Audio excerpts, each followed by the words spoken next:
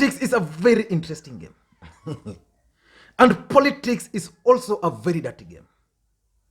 Was Raila Odinga shortchanged in the final Building Bridges Initiative report?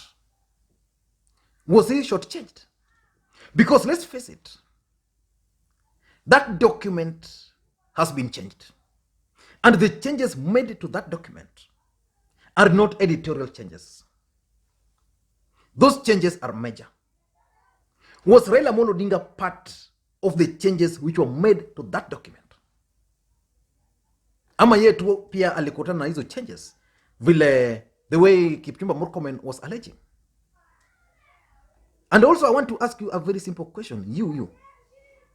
Do you think Raila Odinga was shortchanged?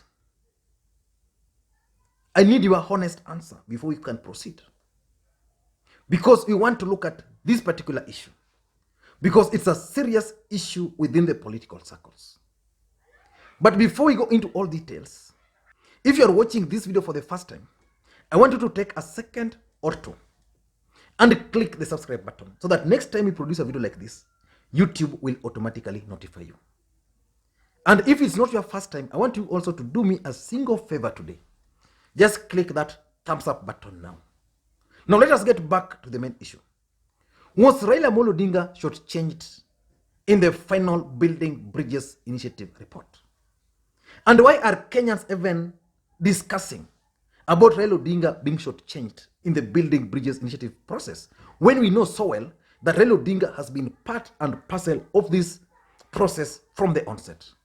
I think Kenyans are discussing that because of three reasons. Number one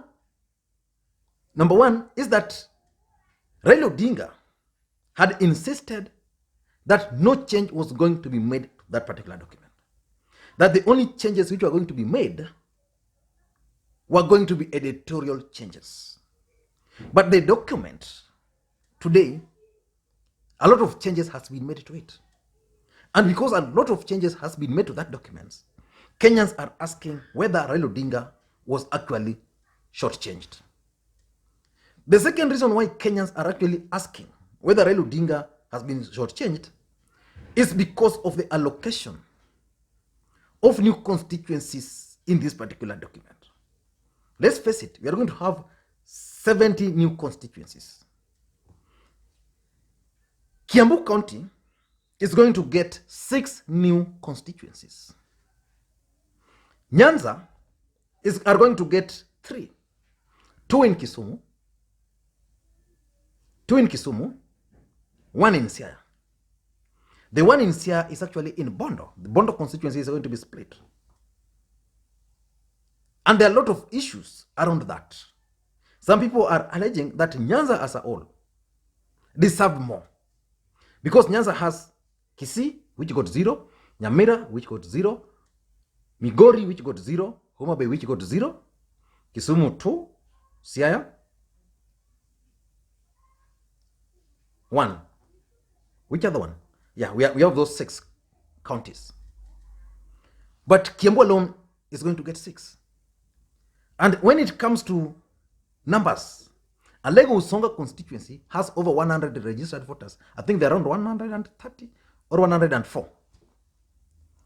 So because of the way the constituencies were allocated, there are those who believe that probably Raila Odinga was shortchanged. So that's number 2.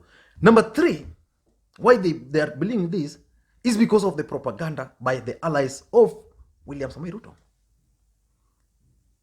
Ruto never supported this particular initiative. And when the final report came out, they were undecided. And I did a video on that, my previous video. They were undecided whether to support it or not to support it. And the Deputy President is under a lot of pressure to support this particular document. But how can he support it?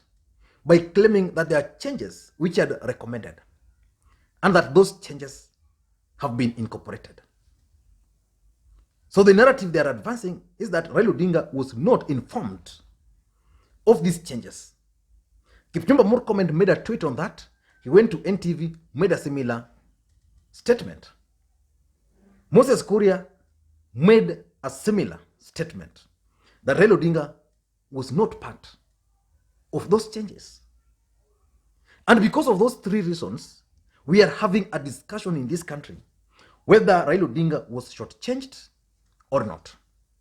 The truth of the matter is that the Building Bridges Initiative process is a process owned by two individuals, President Uhuru Kenyatta and Raila Odinga. And again, you can't rule out the possibility of betrayal in politics, because betrayal is part and parcel of politics. Today in this country, William Ruto ananusa to power from very far.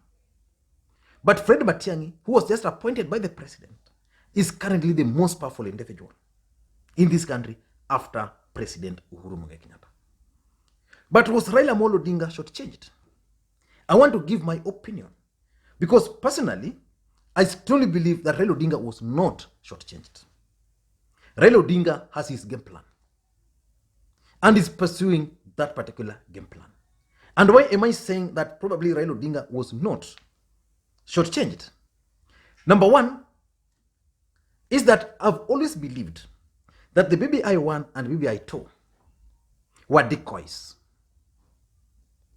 They were not the actual Building Bridges Initiative report. They were decoys to bait Kenyans into unleashing whatever they felt were not good in that particular document. Then those issues were then going to be addressed. Once those issues were addressed, then they were not going to have any reason to oppose the Building Bridges Initiative report. Who drafted the final bill? Professor Ben Shihanya. Professor Ben Shihanya is a close ally and an appointee of Raila Odinga to that particular committee. Then there was Adam Solo. So there is no way Raila Odinga, these two gentlemen, especially Ben Shihanya, was going to prepare a bill without notifying Raila Odinga that this is what we are going to do. This is what we are going to do.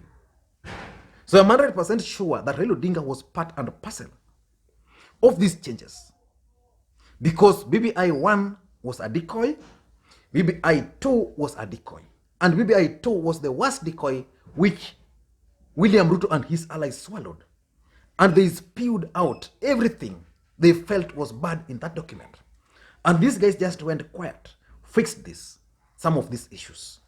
So that's the first reason. Reason number two, I think Raila Odinga was not shortchanged and was part of this particular process, was because if you look at after BBI 2 was released, and even before the launch of the signature collection, which was postponed after that 3-hour meeting between the Deputy President and the President, Raila Odinga was the one charged with President Uhuru Kenyatta, was the one charged by President Uhuru Kenyatta to meet with various groups which had issues with this document.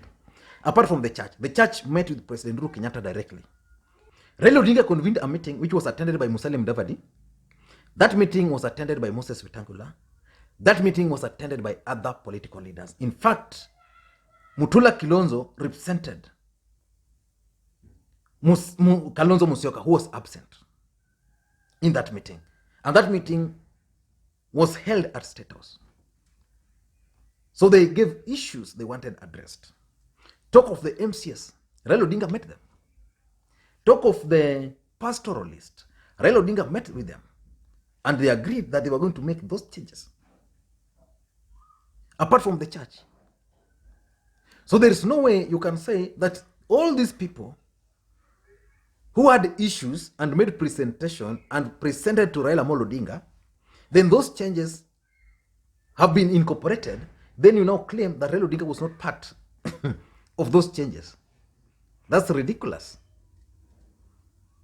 Number three, why I think Raila Odinga was also part of this, is there was no way this process was going to be escalated to the next level if Raila Odinga was going to be shortchanged. He would just invoke his people to make noise a bit, and then we are going to have a stalemate. President Uhuru Kenyatta cannot allow the Building Bridges Initiative process to fail. The BBI in my view, is and will always remain President Uhuru Kenyatta's baby. And remember, the deputy president was on the other side, trying to thwart any move by the president. So if Raila Odinga, in one or two ways, realized that these guys were going to shortchange him, or were trying to shortchange him, then he was going to raise issues. And if he addressed those issues, we are going to have a stalemate. And it would not have been possible to have this report released to public. So I strongly believe so. And lastly, number 4, the Building Bridges Initiative process, BBI, is a product and a project of the handshake. President Uhuru Kenyatta and Raila Odinga had the handshake in March 2018. There were only 2 people. So the Building Bridges Initiative project is actually their own baby, the 2 of them. You can't separate Raila Odinga and Uhuru Kenyatta when it comes to the handshake. You can separate them on any other issues. They can disagree on any issue. I'm not saying these guys can't disagree. They can disagree on any issue. But ultimately, they have to agree. They have to reach an agreement. Because a failure of the BBI is a failure of the handshake. And a failure of the handshake is something President Uhuru Kenyatta, who wants to secure his legacy, would not want to happen. I don't know what thoughts, but I strongly believe that Raila Odinga was part and parcel of those changes. I'm not ruling out the possibility that he could have been shortchanged. In politics, everything is possible. But when Kipchumba Murkomen talk of Raila Odinga being shortchanged, he didn't see the report, he was not aware. I mean, it doesn't make sense to me. When the person who drafted this particular report is actually Professor Ben Shihanya. Is it Shihanya or Sihanya? Let me have your thoughts on this. It will be very interesting for me to read all your comments. So I want to take the next 1 or 2 hours just going through your comments on this particular matter. Thank you guys, and please may you have a good day.